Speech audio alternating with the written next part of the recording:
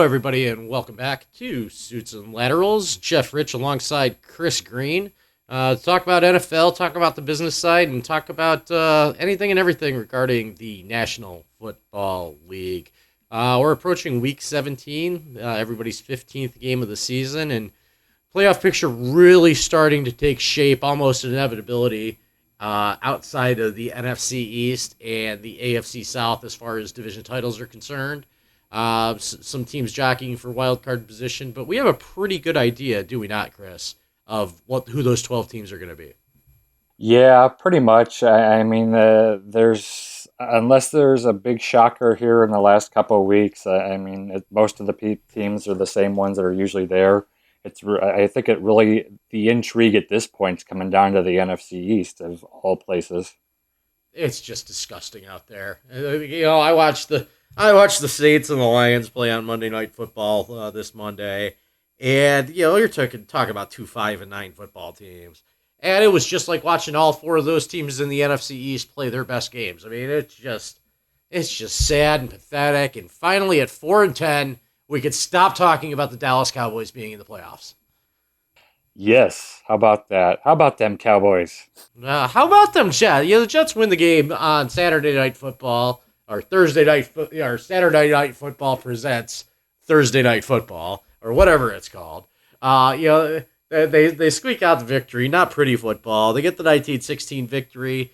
They sit at 9-5, but you know that saying: if the season ended today, they would be on the outside looking in. With the Steelers at 9-5 and the Chiefs at 9-5. So get your tiebreakers ready and prepare yourself for these final two games of the season. It should be a pretty exciting finish. Yeah, absolutely. Those three teams. Kansas City's the hottest team, other than the Panthers, of course, is the hottest team in the NFL right now. So, really, is there any reason to expect them not to win again this week? Are we looking at Carolina or are we looking at Kansas City when we say that? Kansas City. Oh, Kansas City. Well, yeah, you would think. It's funny. I am that disconnected from the Cleveland Browns that I didn't even that I actually had to look at the schedule for a second to see who the Kansas City Chiefs were playing. I said it when this team was 1-3, 1-5. Their schedule was really stacked against them. I mean, you got to go out there and beat the teams you play, obviously, but I always thought the Chiefs were a lot better than their record. I thought Carolina wasn't as good as their 5-0, 6-0, 7-0. At whatever point in the season, I didn't think they were as good as their undefeated record, but they've proven me wrong, and not so much to go to prove me wrong, but to for things to even themselves out. When you have an undefeated season, you're going to have those close games. Carolina just had them early in the season. As the season went on, you said, that's why they're 9-0. That's why they're 11-0 is because they do these things on both sides of the football. I think the real turning point was that Monday Night Football game when Cam outplayed Andrew Luck. I think that it really gave the Panthers their spot on the map. They had to survive the comeback. They got to play in front of a national audience, and I think that everybody looked at that game and they said, "All right, well, Cam Newton's the better number one overall." And we talked about it on this show too, but Carolina, I don't know that they scare everybody in the playoffs, though. If you're the Seahawks, do you mind going into Charlotte? If you're the Cardinals, I know the Cardinals lost there last year, but under some pretty mitigating circumstances, I think everybody involved with the situation can admit. Is there anything intimidating about going to Charlotte, or is it just a matter of playing a Panthers team that hasn't lost in a long time? Well, if you ask Odell Beckham, perhaps that baseball bat they brought out into the field. All right, let's get into that. Odell Beckham, what was it, a 38-35 defeat to the Panthers on the part of the New York Giants. Odell Beckham Jr. woke up on the wrong side of the bed or was pushed off the wrong side of the bed or something along those lines because he didn't look like a happy camper. Josh Norman, who was lined up against him all day, taking on the challenge of covering him, he wasn't in a good mood. The guy scrapped. It almost looked like a couple of cheap shots there on the part of Odell Beckham Jr. Yeah, I'd say a little bit. He only went for his head, I don't know, 4 times in the game. All right, so I think that usually we talk about this with college sports because you talk about the moral dilemma of playing ineligible players and looking the other way with certain things.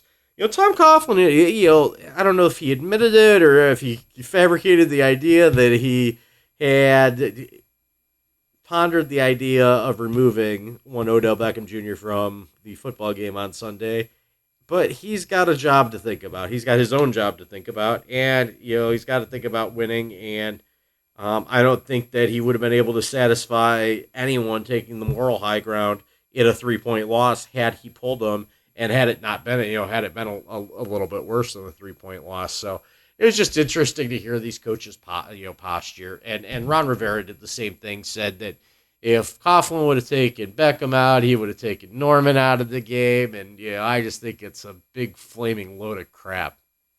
Well, yeah, but I guess here's my bigger question. So I've watched the video of kind of what went on between the two of them. I mean, yeah, Norman was physical with him and all that, but I mean, what Beckham did was some serious cheap shotting. I mean, especially the last one where he like tries to hit him Norman in the head, runs past him, then sprints like 10 to 15 yards direct and goes directly for his head with his helmet. I don't understand why the refs didn't throw him out at that point. I mean, that just makes no sense to me. Do you think there's a superstar factor involved? Do you think this is special teams player X? There's no question about it, or do you think that the officials are calling it on the level for everybody, and they were going to do the offsetting flags and do a bunch of other things that mean nothing in the grand scheme? Well, I mean, I guess the only thing I could think of is did somebody miss the how bad this was? Because I mean, that's the only reason I could see them. I mean, I get the superstar thing, but at some point too, there's safety issues here. I mean, that's the big thing for the NFL now, isn't it? Safety, allegedly. But I don't know. I just think star or not, you got to draw a line in the sand, and that at that point, if you're not going to kick him out for that, what are you going to kick somebody out of a game for? It's true. It's true. Hey, at 6-8, they find themselves on the outside looking in with the Redskins at 7-7. Obviously, they control their own destiny in the NFC East. The Giants are going to need some help at this point. And unfortunately, they're going to need some help beating the Minnesota Vikings with one less receiver option. How devastating is this from a football only perspective for the New York Giants as they as they jockey for playoff position, try to find themselves in the tournament, because that's all, if you follow New York Giants football history, all you got to know is that they just need a ticket to the tournament and they do the rest from there. Well, I mean, it's very devastating for them. I mean, it's not like Minnesota's not playing for anything at this point. Minnesota's playing for a playoff spot too, and if they win this game, they're pretty much in. So, and I think they still actually have an outside chance at the division as well. So they're playing for everything here, and I mean the Giants are too. But not having Beckham, I mean, he's their number one option on offense, and if he's not there, that's a big loss for them. I mean, they have showed before that they can come back from adversity, but that's a big, big loss. All right, so you got to fill me in on this bat thing, because I've been trying to follow it. I'm just not seeing a bat. I've seen little 15-second video clips. I've seen a bunch of references to a bat, and I've heard that it wasn't, it wasn't just brought out for Odell Beckham Jr. No, apparently they've done this throughout the season at points. They have this. I don't know the specifics of it. I saw a video that kind of shows the bat. I mean, it's not like, from what you can see, it's not like they're pointing it at him, but they kind of walked in Beckham's direction and said something or something. I don't know, but it doesn't look like much on the video, so I don't understand what he's was getting all huffy about. But I mean, the NFL came out today and said, "Hey, from now moving forward, you're not allowed to have bats or anything else that isn't necessary for you to get ready for the game out on the field." So no fun. I mean, Yeah. I don't know how much fun. Well, yeah, that's what the NFL stands for. Remember, the no non-fun league. Right, something along those lines. What you think of the slate of games in general? Because I gotta say, I kind of took a backseat to the early games with the Browns playing the Seahawks in the late time slot. Caught the end of that Panthers Giants game. It was actually given to us locally here. Ditto for New England and Tennessee. A little bit of an exciting football game there at the Meadowlands. Up in Foxborough, not so much. Answer me this. It's just as I'm looking at the slate of Week 15 games. Texans 16, Colts 10. Would you have called Brandon Whedon backing up Brian Hoyer to lead the Houston Texans and Bill O'Brien to a division title? No. I didn't think Brandon Whedon was going to lead the Cowboys to a division title or to the playoffs when he was with them earlier this year. So the fact that at this point that could very well be a realistic possibility, I have no words for that. I mean, have a good time with the Texans, rest of the AFC playoff teams, I guess, or probably just one of them anyway, unless it's the Cincinnati Bengals. That would be kind of fun to see Cincinnati lose to Houston in an opening round match. Actually, it wouldn't happen that way because they'd both be division winners. But something that allows the Houston Texans in their current state to defeat the Cincinnati Bengals would be highly enjoyable to me for reasons that I can't put words to. Yeah, it definitely would be entertaining. That's for sure. I mean, I'm sure for some Browns fans, it may be a little bit nauseating to see that happen if one of those two quarterbacks is the reason for it, but it'll definitely be entertaining. I mean, would it really be surprising though if Cincinnati were to go out to them? I mean, like you said, they're going to have to. I mean, the only way they're going to see them is if they get them in the second round matchup.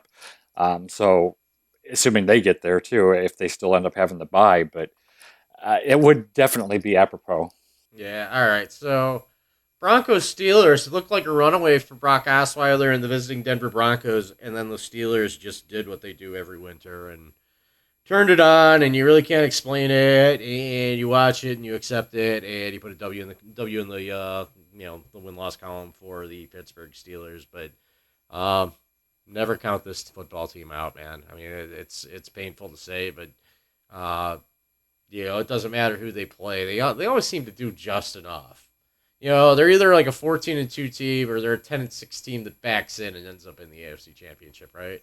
Yeah, absolutely. I mean, we've talked about it before. The Steelers are kind of my pick that if they get into the playoffs as a wild card or if they actually end up overtaking the Bengals somehow for the division, they're my sleeper team because I mean they can put up points if their defense can hold the other side down. They can definitely put up the points. And I mean, I talked about it last week. I wasn't sure that the Broncos really had much of a chance in this game because Osweiler didn't play all that well the previous week, and it's like, was he coming back to earth, or was he just the typical uh, rookie quarterback jitters? I know he's not a rookie, but he's a rookie starter, and he played much better in this game, that's for sure. So I mean, just looking at the Broncos moving forward too, it sounds like Osweiler is going to continue to start for them. All right. Final, possibly the final game ever played at Jack Murphy slash the Qualcomm Stadium in San Diego. They're 4-10. They know that their final regular season home game was probably going to be their final home game there. Any thoughts? I know we've talked about the Los Angeles thing ad nauseum, but any thoughts on the Chargers and their relationship with San Diego and the unknown of the future? Well, it's kind of funny because you got the Chargers playing the Raiders this week, so it's almost like winner of this game gets to go to L.A. So I know that's not what's going to happen. Is not what's going to happen, but I think that would be funny if they actually did make it that way. Well, they promote those Thursday night football games on the NFL Network all throughout the Monday Night Football and everything else, and they always have that split screen between the fan from one city and the fan from the other, and of course you have the surfer from San Diego saying Hag 10, I'm rooting for my Chargers. Then you get the actress Naya Rivera, whose brother plays for the Oakland Raiders, and her part she just says and as they take on my Raiders. And, she doesn't say Oakland. She doesn't say Los Angeles. Well, she wouldn't say Los Angeles, but she doesn't say Oakland. But, it's almost like they were filming that spot. They're like, just say Raiders. Don't worry about the Oakland part because it's only going to matter for another 3 weeks. Yeah, it's not going to be shocking if that's the case. That's for sure. So, I mean, the Raiders are one of those teams too. We've talked about a lot. They're kind of one of the up and comers, and the Chargers are just really playing out the string at this point. So, I think it could actually be a little bit of an interesting game. But it's kind of sad too if the Raiders do leave. I know a lot of people in Oakland are going to be upset. I mean, they do. For one thing, even though they play in a dump of a stadium, they do support them. Oh yeah, yeah. Well, I went to that game in San Diego earlier in the season, and I've been to baseball games up at O.Co Coliseum. And I mean, they're just multi-purpose stadiums. There's like, I don't really, I might be a snob in a lot of aspects of life, but how I consume my football and what stadium I'm watching it in really doesn't have a lot to do with it. Because once I'm staring at the field, it doesn't really matter what's going on around me. I could use a bigger scoreboard, I could use better sight lines and things like that. But if I'm watching a football game, I'm just watching the football game, so it doesn't really bother me that much. So I'm probably the worst person to weigh in on things there. Hey, Well, I mean, here, I mean, here's something too to think about for both you and I, is we've both went to Cleveland Municipal Stadium as kids, so O.co is very similar to that.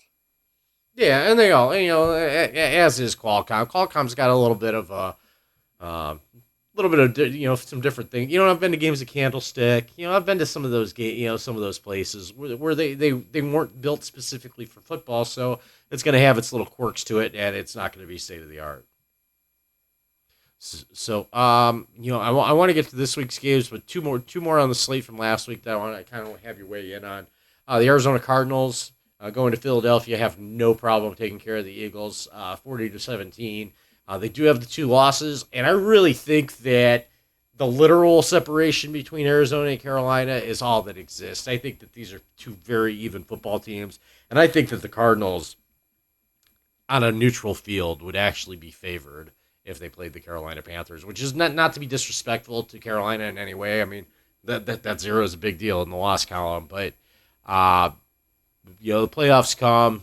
They're gonna have their challenges ahead of them. I know that Ron Rivera and Cam Newton, Luke Kuechly, Thomas Davis, Josh Norman, everybody in that Carolina locker room is working with the understanding that they haven't won anything yet. So I think that they'll take every opponent they play very seriously.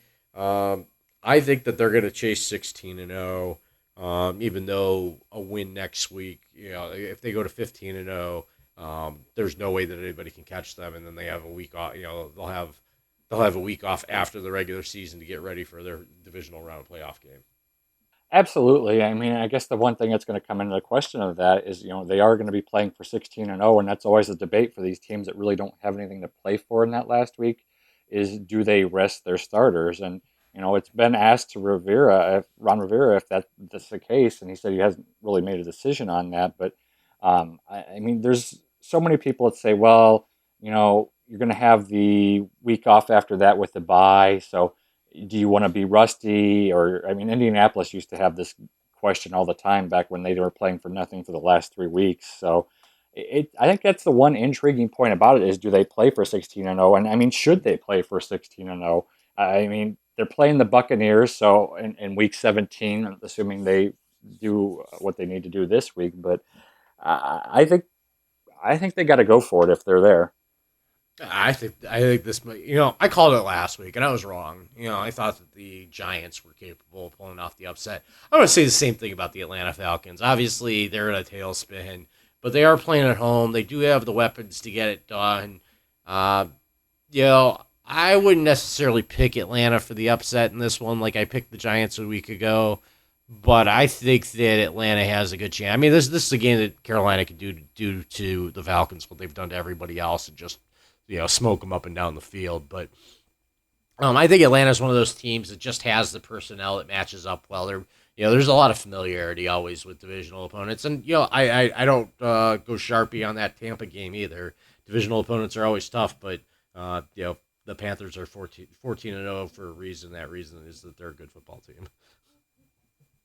So, did you? I know you've been traveling, so I'll let you off the hook if you didn't watch the 4-9 Detroit Lions take on the 5-8 New Orleans Saints in New Orleans on Monday night.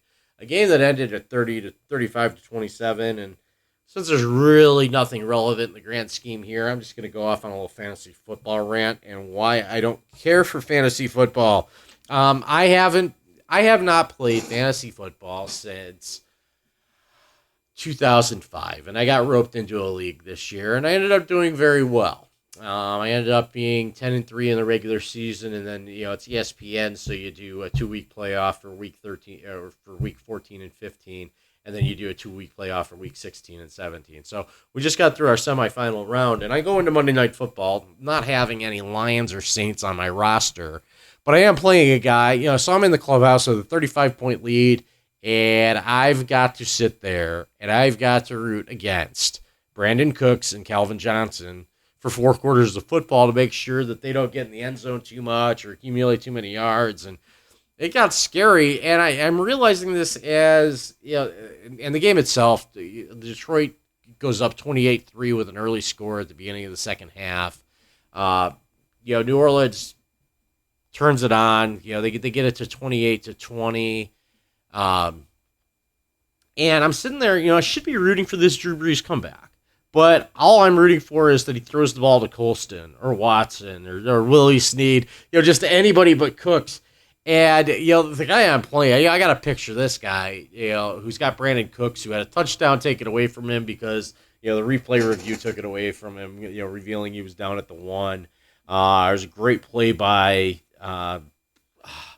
Slay, the Detroit defensive back that John Gruden couldn't say enough good things about. There were just all kinds of opportunities. I ended up winning my game by like 8 points, and you know what? Who cares, right? But it ruined the viewing experience for me. I wonder how often that happens to people that sit there and they have one objective in mind. What I want to see is an entertaining football game. When I don't have a dog in the fight, what I want to see is an entertaining football game. And fantasy football kind of circumvents that whole thing because it doesn't matter if the football game is good if your guy's accumulating stats or their guy's not, as the case is. So, it was kind of a long-winded rant on, the perspective of rooting for your fantasy football team over rooting for the entertainment value that you possess as a fan, and, that is virtually priceless. So, what do you? And let me get into this because I've never played fantasy football. It's just not my thing. But I gotta imagine you're right. It's gotta ruin your enjoyment of the games, especially if you're playing against somebody who's on your team that you watch is playing against somebody that's on your fantasy team. Is the people that play fantasy, are they generally the diehards, or is it more the people that are kind of on the fence and they only watch the games because of their fantasy people? Oh, I definitely think it's the latter. I think there are diehards that play fantasy football for sure, especially the high money leagues, and you can't deny the. I'm not able to play it. I'm not able to play daily fantasy sports in Arizona. It's against the law here. So, but those sites do very well. That whole concept of fantasy does very well. It's just what I think that when you're really into the game or you're really into your team, that it's tough to play fantasy football. Those that are a little disconnected, a little fair weather-ish on following their own team, they don't care. They're going to root for their own players, and it's basically the games on Sunday are basically the same things that you get with the roll of the dice with Dungeons and Dragons or whatever. I don't know if you roll dice in Dungeons and Dragons, but I think you do. So I think it's the same thing as pulling a card in Monopoly. You leave everything to chance, and it's a game of skill for the people playing it, for the people playing football, but it's a game of chance, for the people watching and accumulating fantasy stats. Yeah, absolutely. I think it's just another one of those things the NFL has done to continue to gain viewers. People who wouldn't normally watch football. They found something that kind of pulls them in and engages them. So, the soccer mom down the street that doesn't have any interest, but all of a sudden she's playing with some of her friends or her husband's friends or whoever, and now she's watching this battle of 2, 5, and 9 teams just to see if her team can pull it out because her player's on one of those teams. So it's another cash grab for the NFL, and a lot of people do get enjoyment for it, and to each his own. Yeah, you're just not to either of us, I guess. But hey, just throwing out a quick reminder, you can download this show at suitsandlaterals.com. You can find us on iTunes, Stitcher Radio, TuneIn.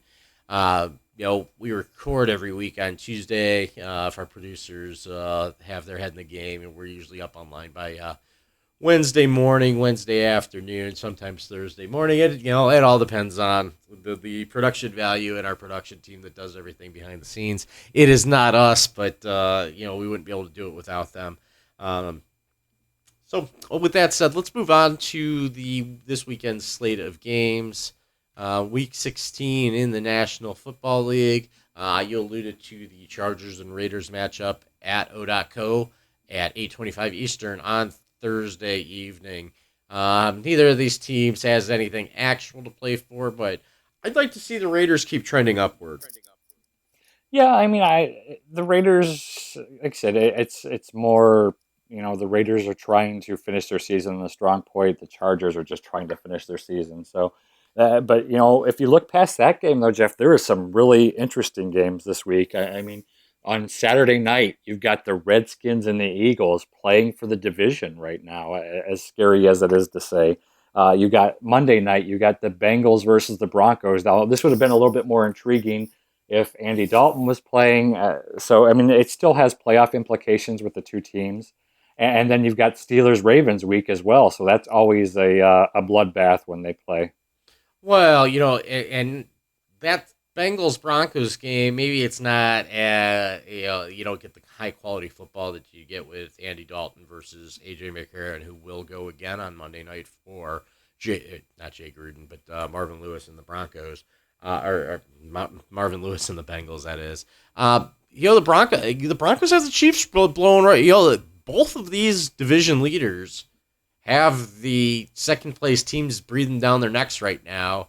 One game out in both cases, or two. Yeah, I think Cincinnati might have a 2-game lead because they beat San Francisco last weekend. But I mean, if the season all comes down to Cincinnati playing Baltimore's a proud football team, no matter how bad their record is, versus Pittsburgh going into what's going to be a very empty house in Cleveland against a very bad football team. It gets interesting in the AFC North really quick. Chiefs Broncos, they don't play each other either. But we saw how evenly matched those two teams really are over the course of their two regular season games. So I think that the Broncos are going to beat the backup quarterback because they are no San Francisco 49ers. But I think Cincinnati's in trouble if they lose this football game. I think to be going into the playoffs, losing, 3 of 5 or 2 of 4, it could be real ugly. I mean, this is a game that they're going to want to get because they're not going to want to have to win that game against the Baltimore Ravens in the final week of the season.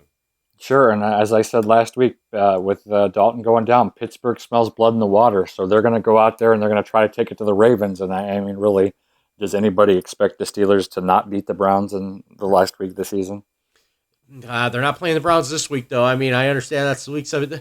I'm just saying, you know what? They lost at home to the Baltimore Ravens. Now, that's before that they got, that's before Pittsburgh got hot and everything else. And no, I believe that was a Vic week. So, I mean, I mean, there's explanations behind it. But let's talk about the other big one. The Green Bay Packers and the Arizona Cardinals out in the desert. It's going to be a mostly Packers crowd despite being in Arizona. Packers facing a must win. Cardinals, they go up to Seattle after they host the Packers, so they're not going to want to have to win that game. I think that they knock the Packers off. Nobody else can catch them for the 2 seed in the NFC, so this is a big game for the Cardinals. I mean, it's not every game is going to be a big game for the Packers and everybody else in contention from here on out, but big game for the Cardinals. I like them at home. It's not going to be under the lights. It's going to be one of those 4:25 football games. But, Packers been playing well. They didn't exactly beat the doors off the Raiders, but the Raiders ships. But what do you think coming into this one? Well, I mean, here's the other thing too: is this could be a playoff preview. This could be we could see these teams match up in the playoffs as well, depending on what Minnesota does. And if Green Bay loses this week, I mean, those two are right back at it for the division. So you could see Arizona quite easily playing Green Bay. So I think they're going to go out and they're going to try to make a statement. I mean, Johnson has just been running the heck out of the ball. He had 200 plus yards rushing in the first half last week, I believe, or this week. So if they go out there and play the way they have been, I don't know. I just don't see Green Bay staying with them. I mean, despite how good a team Green Bay is. Got to shut down the running game if you're the Cardinals. Having everybody on the field is a big deal. Just to kind of everything's gone right. David Johnson hasn't been that big of a surprise because we knew good things from him coming out of Northern Iowa. But For him to take on the role that he's had to take on with Ellington out and Chris Johnson being iffy from week to week, it's really nice to see the rookie from the small school step up. All right, I got one stupid question for you before we get out of here. The Tennessee Titans, they are 3-11, and they hold the first pick in the draft as the season stands. Do you see them getting a victory either at home against Houston or at Indianapolis, or do you believe the Browns end up with the first pick in the 2016 NFL Draft? Wow, I don't expect them to win this week against the Texans since the Texans are playing for the division.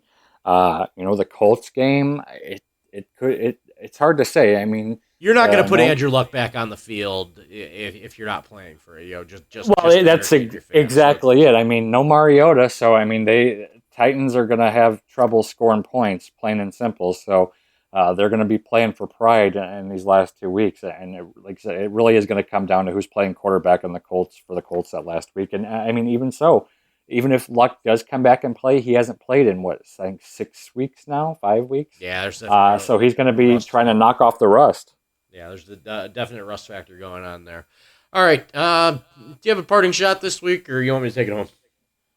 You know what? Like I said, the interesting. We talked about the interesting games, so I think that's really the big thing to watch for this week. Is you see some possible playoff previews. So those are to be the games I'd keep my eye on, and I'd even look out for this Redskins Eagles matchup because as bad as that division is played, I still like the Redskins this week. I don't really like anybody in the division, but they played the best out of everybody this year. And as scary as that is, considering where we thought they were going to be at the beginning of the season, they could be in the playoffs in 2 weeks. Keep your eye on that game in Seattle. The St. Louis Rams are not a bad football team. They've beaten the Seahawks once this year. They're good. They're going up there. I don't think that CenturyLink Field is quite as intimidating as it's been in the past. I thought watching the Browns play up there, that it's toned down a little bit for over the years. Of course, division rival will be a little bit of a different story, but let's see if the Rams, coming off the long week, can go in there and shock the Sea Chickens at home. And they got defense, so if they can hold the Seahawks down, I mean, the Seahawks have been pretty hot lately. So if Russell Wilson continues to play the way he has been, I like the Seahawks in this game, but anything can happen in the NFL. And that's a great way to end it right there. For Chris Green, I'm Jeff Rich. Want to wish everyone a Merry Christmas. We'll be right back here next week with another episode of Suits and Laterals on the Four Lights FM Podcast Network.